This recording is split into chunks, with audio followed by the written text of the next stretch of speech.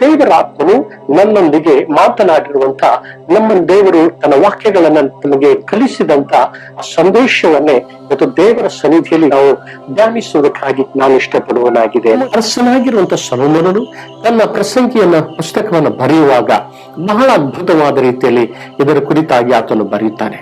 ಲೋಕವನ್ನೇ, ಲೋಕದ ಸಂಗತಿಗಳನ್ನೇ ಬಹಳವಾದ ರೀತಿಯಲ್ಲಿ ಆನಂದಿಸಿದಂತ ಅರಸನು ಆತನು ಈ ರೀತಿಯಾಗಿ ದೇವರ ದೈವತ್ವದ ಕುರಿತಾಗಿ, ತನ್ನ ಮಹಿಮೆಯ ಕುರಿತಾಗಿ, ಅಂದುಕೊಳ್ಳುವಂತ ಸಂಗತಿಗಳನ್ನು ನೆರವೇರಿಸುವುದರ ಕುರಿತಾಗಿ ಆತನು ಹೇಳುವಂತ ಒಂದು ಮಾತನ್ನು ನಾವು ದೇವರ ವಾಕ್ಯದಲ್ಲಿ ಪ್ರಸಂಗಿ ಪುಸ್ತಕದಲ್ಲಿ 4ನೇ ವಚನದಿಂದ 6ನೇ ವಚನವರೆಗೆ ನಾವು ಓದುವುದಾದರೆ, ಬಾಯಿ ದುಡುಕಬೇಡ, ದೇವರ ಮುಂದೆ ಮಾತಾಡಲು ನಿನ್ನ ಹೃದಯದಲ್ಲಿ ಆತುರ ಪಡದಿರು.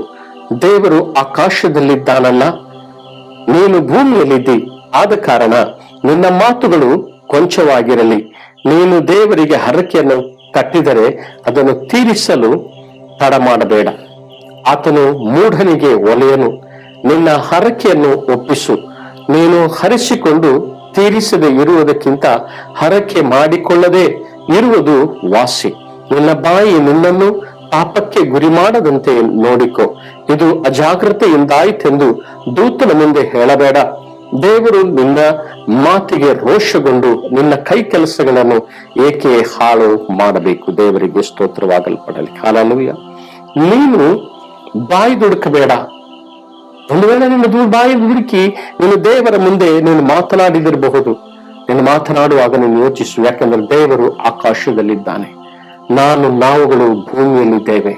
ಆದುದರಿಂದ ದೇವರ ಮುಂದೆ ಮಾತಾಡುವುದಕ್ಕೆ ಇವತ್ತು ನಾವು ಬಹಳ ಜಾಗರೂಕತೆ ಆಗಿರಬೇಕು. ಹೊತ್ತಂತ ಹರಕೆಯನ್ನು ನಾವು ನೋಡುತ್ತೇವೆ.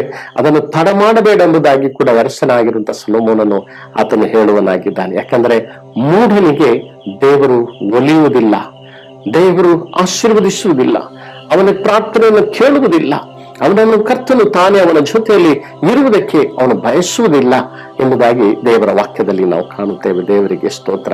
ನೀನು ಒಂದು ವೇಳೆ ಅಂದುಕೊಂಡಿದ್ದರೆ, ನೀನೊಂದು ವೇಳೆ ಹರಿಸಿಕೊಂಡಿದ್ದರೆ ಅದನ್ನು ತೀರಿಸು.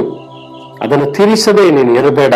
ಯಾಕಂದ್ರೆ ನಿನ್ನ ಬಾಯಿ ನಿನ್ನನ್ನು ಪಾಪಕ್ಕೆ ಗುರಿ ಮಾಡದಂತೆ ನೀನು ನೋಡಿ. ಒಂದು ವೇಳೆ ಇದು ಅಚಾರಕರದೊಂದು ನನಗೆ ಅಜಾಗ್ರತೆಯಿಂದ ನಾನು ದುಡುಕಿ ನಾನು ಹೇಳಿಬಿಟ್ಟೆ ಎಂಬುದಾಗಿ ನಿನ್ನ ದೂತರ ಮುಂದೆ ನೀನು ಹೇಳಬೇಡ. ಒಂದು ವೇಳೆ ಹಾಗೆ ಹೇಳುವುದಾದ್ರೆ ದೇವರ ವಾಕ್ಯ ಹೊತ್ತೇವೆ, ಆ ನಿನ್ನ ಮಾತಿಗೆ ದೇವರ ರೋಷಗೊಂಡು ನಿನ್ನ ಕೈ ಕೆಲಸವನ್ನು ಏಕೆ ಹಾಳು ಮಾಡಬೇಕು? ದೇವರಿಗೆ ಸ್ತೋತ್ರ.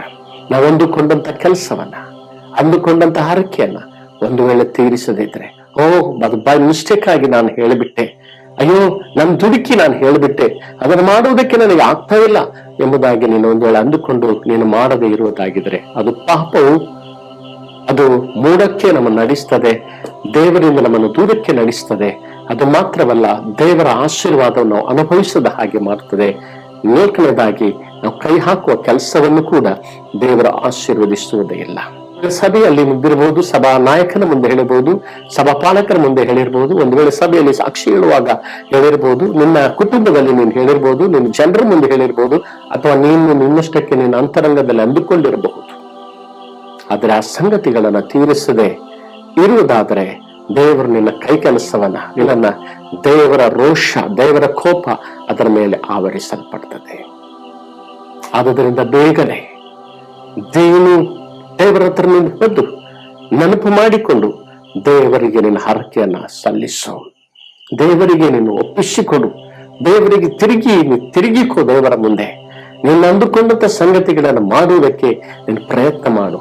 ಆಗ ದೇವರ ಬಿಡುಗಡೆ, ದೇವರ ಆಶೀರ್ವಾದ ಈ ವೇಳೆಯಲ್ಲಿ ನಿನ್ನ ಮೇಲೆ ಅದು ಬರುವಂತದ್ದಾಗಲ್ಪಟ್ಟಿದೆ. ದೇವರಿಗೆ ಸ್ತೋತ್ರವಾಗಲ್ಪಡಲಿ. ಹಲ್ಲೆಲೂಯಾ.